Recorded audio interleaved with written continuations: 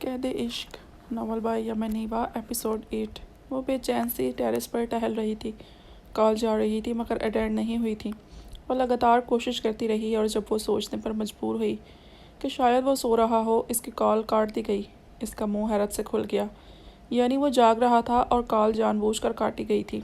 دانت کچکچا کر وہ جی بھر کر غصہ ہوئی۔ 2-3 مرتبہ مزید کوشش کے بعد جب کال ملانے پر نمبر بزی ملا تو بے بسی سے وہ اپنی جگہ کھڑی خود کو کوستی رہی۔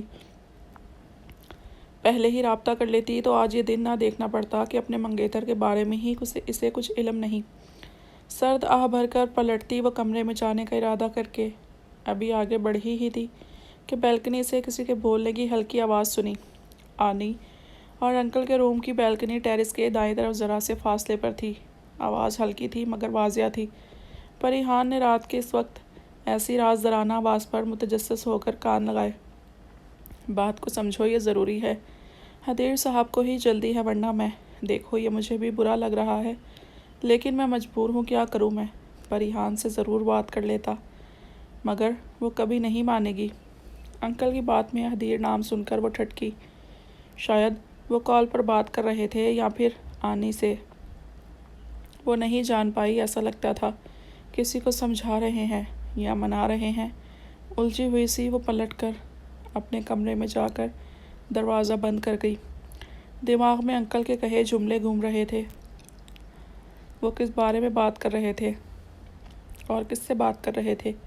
کتنی دیر اسی بات کو سوچتی رہی اور وہ سو نہیں پائی۔ کروٹ بدل کر پوروا پر نظر پڑی جو اپنے ازلی مخصوص انداز میں الجھی سی بے ترتیب ہوش حواس سے بیگانہ سو رہی تھی۔ اس کے لیے مسکرا کر اس پر کھینچ کر چادر پھیلائی اور جھک کر شدت سے اس کے گال چومے وہ کسمسا کر کروٹ بدل گئی۔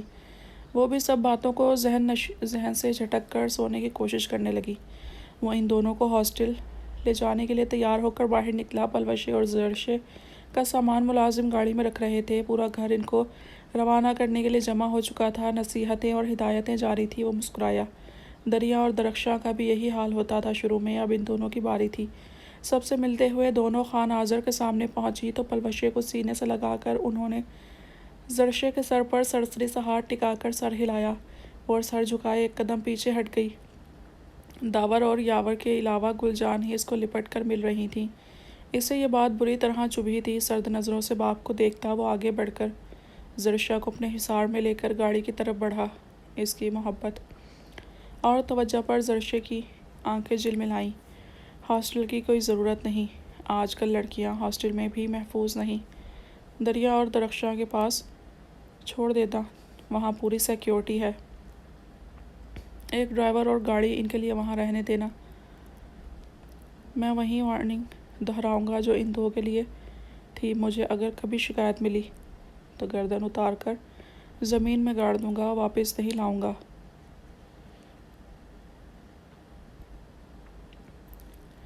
آغا جان وہاں پہنچے، دونوں سے مل کر خانزادہ کو سے بولے۔ ان دونوں نے خوف سے آغا جان کو دیکھا۔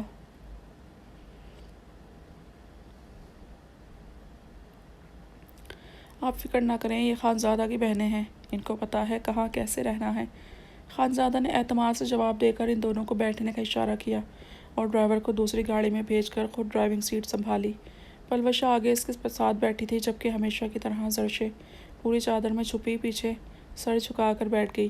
پورے راستے وہ اس کے لیے ہی پریشان ہوتا رہا۔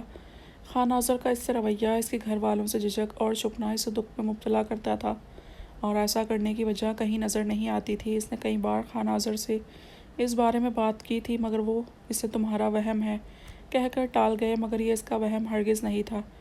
گل جان ونی میں آئی عورت تھی تو ان کی بیٹی کا کیا قصور تھا؟ اپنے باپ کا گل جان اور زرشا سے نفرت آمیز رویہ اسے اپنے باپ سے دور کر رہا تھا۔ دریا درخشاں کا ویسے تو ننیال بھی شہر میں ہی تھا، مگر آغا جان کی ہدایت پر انہیں خانزادہ نے اپنے پرسنل اپارٹمنٹ میں شفٹ کر دیا تھا۔ 2 بیڈ رومز کا لگژری اپارٹمنٹ ان دونوں کے لیے ضرورت سے بڑھ کر تھا۔ اس بلڈنگ میں سیکیورٹی کا ٹائٹ سسٹم ہونے کے باوجود الگ سے سیکیورٹی کا انتظام کیا ہوا تھا۔ ان لوگوں کی بہت لوگوں سے دشمنیاں تھیں، تبھی آغا جان کے علاوہ وہ خود بھی مطمئن نہیں ہو پاتا تھا۔ انہیں وہاں پہنچا کر اس نے بمشکل 1 گھنٹہ تھکن اتاری اور وہاں سے واپس ہوا۔ پلوشا، مجھے یقین ہے تم دونوں اپنا خیال رکھو گی، بس وعدہ کرو زرشے کا بھی خیال رکھنا۔ آنے سے پہلے اس نے الگ سے پلوشا کو سمجھایا تھا۔ وہ سر ہلا گئی، اسے سب سے زیادہ زرشے کی فکر تھی۔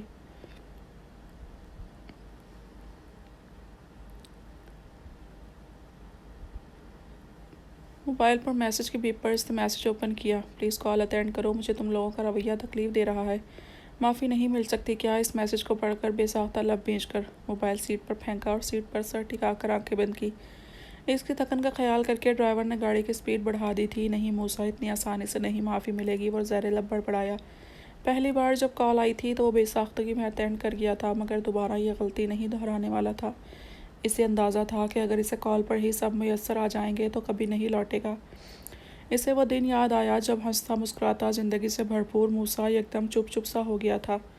جانے ایسا کیا ہوا تھا؟ وہ بار بار پوچھنے پر بھی ٹالتا رہا، اور ایک دن اچانک ہی سب کے درمیان شادی کی خواہش ظاہر کر بیٹھا تھا۔ ہاں تو کرو شادی، ضرور کرو، میں نے تمہارے لیے پلوشے کا سوچا ہوا ہے، آغا جان خوشی سے بولے۔ اسے اور موسیٰ دونوں کو ہی جھٹکا لگا تھا، اسے اس لیے کہ وہ اس کی نظر میں ابھی چھوٹی تھی، اور موسیٰ کو اس لیے کہ وہ کسی اور کو پسند کرتا تھا۔ جبکہ باقی سب خوش ہوئے تھے، شاید پلوشا بھی۔ نہیں آغا جان، میں کسی اور سے شادی کرنا چاہتا ہوں، میری یونی فیلو ہے، اچھے گھر کی لڑکی ہے، اور تو نکلے نا تم بھی باپ جیسے۔ تم لوگ اس لیے ہی تو پڑھنے جاتے ہو، غیرت مر گئی ہے تم لوگوں میں۔ منہ اٹھا کر پسندیدگیاں بتانے بیٹھ جاتے ہو، اپنے باپ سے کہو لے جائے رشتہ، اسے تو ویسے بھی اعتراض نہیں ہوگا آغا جان، بھڑک کر بولتے ہوئے اٹھ کر چلے گئے۔ ثنا بیگم خفت سے سرخ چہرہ لیے ناراض نظر خان زوار پر ڈال کر اپنے کمرے میں جا چکی تھیں۔ کچھ وقت پہلے خوشگوار ماحول موسیٰ کی بات نے سناٹے میں بدل دیا تھا۔ اسے خان زوار نے سمجھانا چاہا اور شاید وہ مان جاتا، مگر ثنا بیگم اس کے لیے ڈٹ گئیں۔ آغا جان نے بس طنزیہ نظر خان زوار پر ڈالی تھی، گویا جتاتے ہوں ایک شہری ماڈرن اور پڑھی لکھی بیوی لانے کا نقصان دیکھ لو۔ ثنا بیگم میں خانی بیگم جیسا رکھ رکھاؤ اور دبدبا نہیں تھا، نہ ہی آغا جان کے فیصلوں پر سر جھکانا آتا تھا۔ وہ اپنے بچوں کے ہر فیصلے کے لیے اسی طرح سب کے سامنے کھڑی ہو جاتی تھی۔ اور پھر موسیٰ کی شادی ہو گئی تھی۔ آمنہ پیاری اور سلجھی ہوئی لڑکی تھی، مگر اسے اپنی مرضی سے لانے والے موسیٰ کا رویہ اس سے عجیب سا تھا۔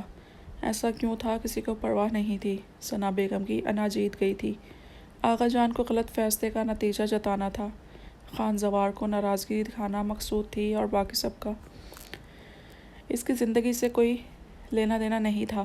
لیکن خانزادہ کو پرواہ بھی تھی اور فکر بھی۔ موسیٰ محبت کرتے تھے نا، اپنی مرضی سے پورے گھر کے خلاف جا کر لائے ہو اسے۔ پھر یہ سرد اور ذلت بھرا رویہ کیوں رکھا ہوا ہے؟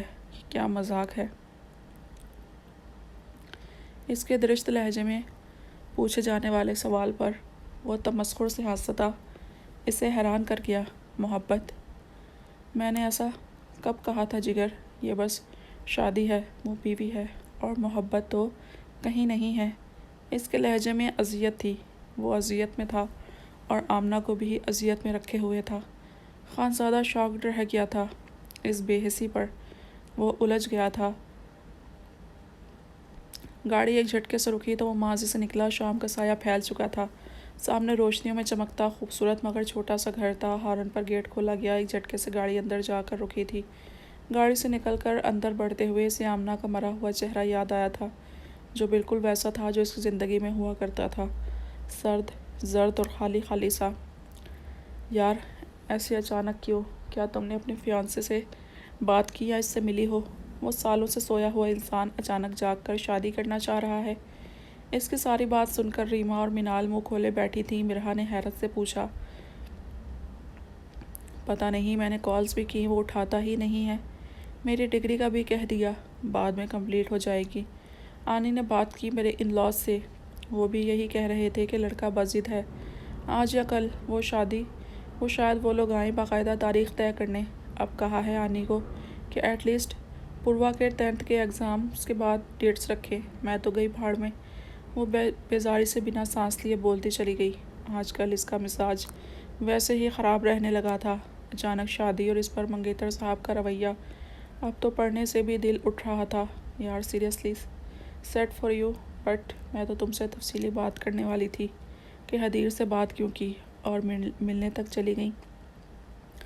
جانتی ہو نا اس کے لیے میں کیا فیلنگز رکھتی ہوں، and he is just mine. Minal نے بال جھٹک کر کہا تو پریحان نے ناک چڑھائی۔ ایکسپلین کر چکی ہوں منال کہ وہ سب مس انڈرسٹینڈنگ تھی، میں نے انٹینشنلی تمہارے مسٹر پرفیکٹ کا نمبر نہیں لیا تھا۔ انفیکٹ میں خود شاکڈ تھی اسے سامنے دیکھ کر۔ وہ چڑچڑے لہجے میں بولی، منال کا بار بار وہ سب کہنا زہر لگ رہا تھا۔ آئی نو، تبھی لڑائی نہیں ہوئی ہماری، تم نہیں جانتی وہ کون ہے۔ سو آئی ایم پوزیسو فار ہم، اینی ویز اب تو ٹینشن ہی نہیں رہی، تمہارا فیانسی جاگ ہی گیا سالوں بعد۔ منال لاپرواہی اور شرارت سے بولتی اسے مزید غصہ دلا گئی تھی، لیکن وہ خاموش رہی۔ وہ سب جانتی تھی حدیر کے معاملے میں منال ایسے ہی اجنبی بن جاتی تھی۔ کچھ وقت سے اکلوتا کرش چلا آ رہا تھا، اس کے لیے تو پاگل ہو جاتی تھی۔ اب بھی صرف شادی کا سن کر تھمی تھی، جبکہ پریحان کا دماغ اس رات انکل سے سنی باتوں پر جا رکھا تھا۔ اسے گھبراہٹ ہوئی کہ شاید حدیر کو انکل جانتے تھے، اگر اس نے وہ سب بتا دیا تو۔ پریحان، ہم کب سے کچھ پوچھ رہے ہیں، ہوش میں آ جاؤ، مرحا کی اونچی آواز میں پکارنے پر وہ خیالوں سے چونکی اور سوچے جھٹک کر متوجہ ہوئی۔ وہ کیسے دکھتا ہے، پرسنالٹی کیسی ہے، نام کیا ہے؟ ریما کے متجسس پرشوق سوالات پر وہ بھی چونک گئی۔ اس نے تو اب بھی نہ آنے سے نام پوچھا، نہ دیکھا، نہ ہی ملی تھی۔ اچانک اس کے ذہن میں جھماکا سا ہوا، انکل حدیر کی بات کرنا۔ اسے یکدم جیسے کوئی خیال آیا، حدیر صاحب کو ہی جلدی ہے، ورنہ میں دیکھو یہ مجھے بھی برا لگ رہا ہے، لیکن میں مجبور ہوں، کیا کروں؟ میں پریحان سے ضرور بات کر لیتا، مگر وہ کبھی نہیں مانے گی۔ اسے انکل کی بات یاد آئی جو یقیناً وہ آنی سے کر رہے ہوں گے۔ حدیر کو کیا جلدی تھی شادی کی؟ وہ چونکی، اسے ایک بار پھر سے خیالوں میں گم دیکھ کر۔ وہ تینوں اسے اس کے حال پر چھوڑ کر اٹھتی ہوئی وہاں سے جا چکی تھیں۔ پریحان نے جلدی سے موبائل نکال کر حدیر کا نمبر ڈھونڈنے لگی، مگر وہ ڈیلیٹ ہو چکا تھا۔ اس نے اپنے فیانسے کے نمبر پر میسج لکھ کر سینڈ کیا، کیا ہم مل سکتے ہیں؟ It's urgent please. Message send ہو چکا تھا، وہ منتظر ہی رہی مگر جواب نہیں آیا تھا۔ اس نے لب بینچ سے عجیب رویہ تھا اس کا، شاید کہ جلدی تھی، شادی کی جلدی تھی، مگر بات کرنے پر اعتراض تھا۔ وہ الجھ کر رہ گئی تھی۔